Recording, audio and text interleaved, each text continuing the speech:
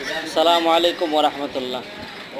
প্রিয় হবিগঞ্জবাসী সহ দেশবাসী, আপনারা দেখতেছেন সেটা হলো হবিগঞ্জ সদরের খালিবাড়ি ক্রস রোডের এই অবস্থা। দীর্ঘ অনেক দিন এখানে কোনো সেলফ ছিল না, এই কালভার্টের উপরে কোনো কিছুই ছিল না।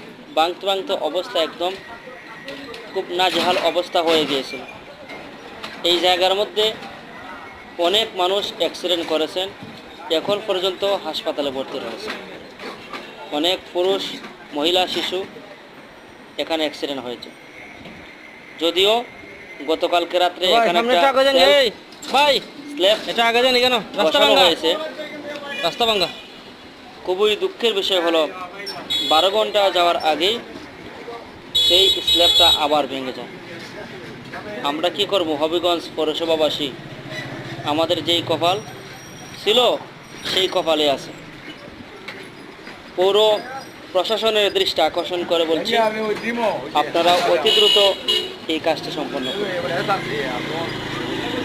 জনগণের আস্থা আপনারা অর্জন করুন। খুব দ্রুত কাজটি শেষ করার অনুরোধ জানিয়ে বিদায় নিলাম। আসসালামু আলাইকুম রহমতুল্লাহ।